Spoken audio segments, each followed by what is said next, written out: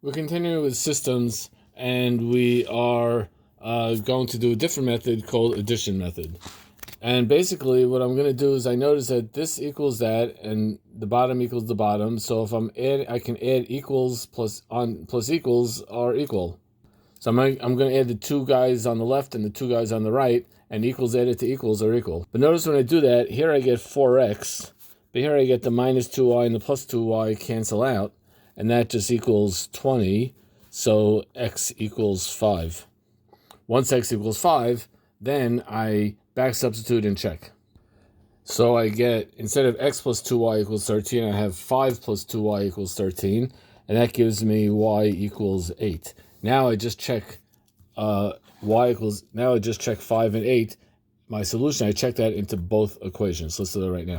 By the way, I said y equals 8. I meant y equals 4. So anyway, here we plug in to x plus 2y equals 13. That's 5 plus 2 times 4 equals 13. That checks. And then 3x minus 2y equals 7. So 3 times 5 minus 2 times 4 also equals 7. Check. Everything is great. Yay. Now sometimes, see, this first problem worked out great. It's got a plus 2y and minus 2y. It was two of the same thing. They're just plus and minus of the same thing, so it canceled. But in this example down here, I don't have anything that's the same. So what I'm going to do is a little trick. I'm going to multiply each equation.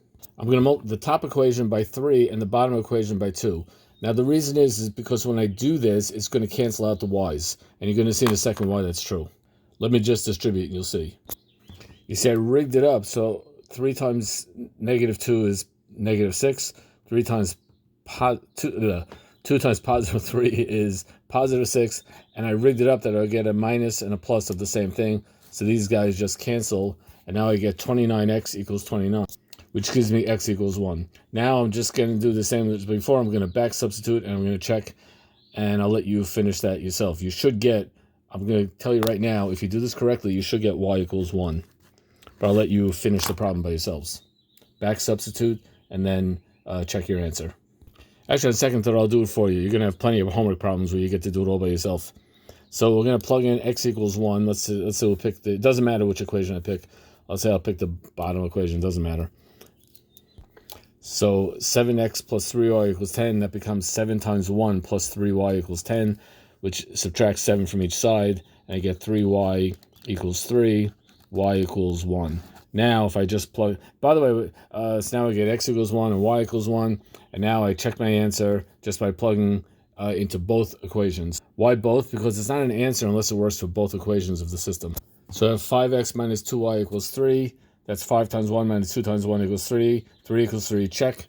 7 times 1, 7x plus 3y equals 10. So that's 7 times 1 plus 3 times 1 equals 10. 10 equals 10. Check. We are good. Yay.